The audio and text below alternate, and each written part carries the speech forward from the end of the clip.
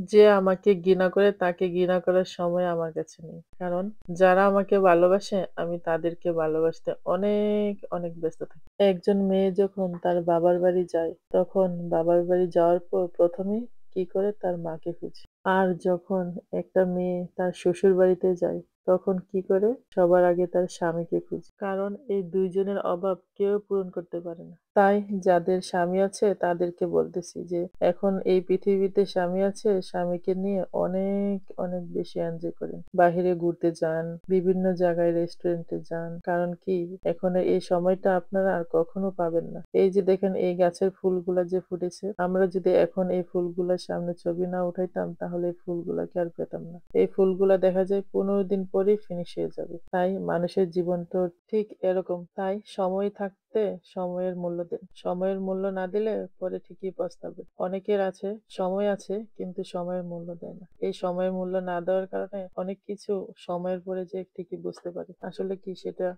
অনেক মেয়ে মানুষের ভাগ্যেই হয় এরকম।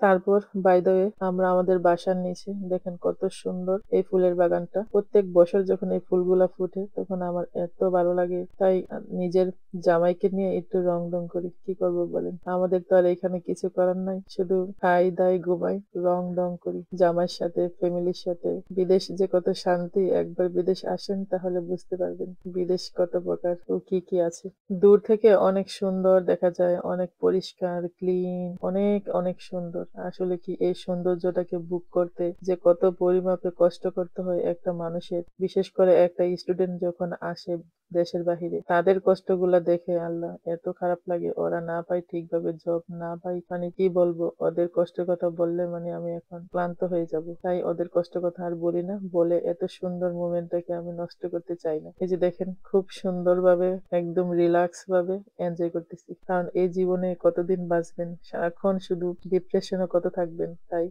বাসা থেকে বের হন। বের হয়ে খোলা মনে ফ্রেশ ভাবে হাঁটেন। তখন দেখবেন আপনার সবকিছু একদম পানির মতো ক্লিন হয়ে যাবে। কোনো দুঃখ, কষ্ট, আপনজনের কষ্ট দেওয়া, এটা সেটা আপনজনদেরকে ভুলে থাকা সবকিছু দেখবেন একদম ভালো হয়ে যাবে। এই পৃথিবীতে আপনার শান্তি আপনারই আনতে হবে। কেউ আপনাকে আপনার বাসায় এনে দিয়ে যাবে না। এই যে দেখেন আমি যে আজকে বের হয়েছি, অনেক কষ্ট করতে হয়েছে। তারপর কিন্তু আমি বের হয়েছি। তা আপনি যদি একটু কষ্ট না করেন নিজের জন্য তাহলে আপনি নিজের শান্তি কোথা থেকে খুঁজে পাবেন, তাই না? তাই নিজের জন্য অনেক কষ্ট করুন, তাহলে নিজের শান্তি নিজেই পাবেন। অন্য কেউ আপনাকে দিয়ে যাবে না। তারপরে এই তো দেখেন এই ফুলগুলা দেখেন কত সুন্দর। দেখতে মনে হচ্ছে না যে এটা বাংলাদেশের এই যে পেঁয়াজের ফুলের মতো? কি সুন্দর, তাই না? এই সুন্দরের মাঝে আবার চলে আসলাম একটু রোমান্টিকতা নিয়ে। তো আমার হাসব্যান্ডের সাথে একটু দুষ্টামি করতেছিলাম। তো আমার হাসব্যান্ড সবসময় পজিটিভ মাইন্ডেড। সে সবসময় আমাকে হ্যাপি রাখার জন্য অনেক চেষ্টা করে। আলহামদুলিল্লাহ আমি হ্যাপি আছি। আপনারা কেউ আবার মনে করবেন না যে আমি কষ্টের কথা বলি তাই আমি অনেক কষ্টে আছি। আসলে কিন্তু তা না। তারপর সবাই ভালো থাকেন।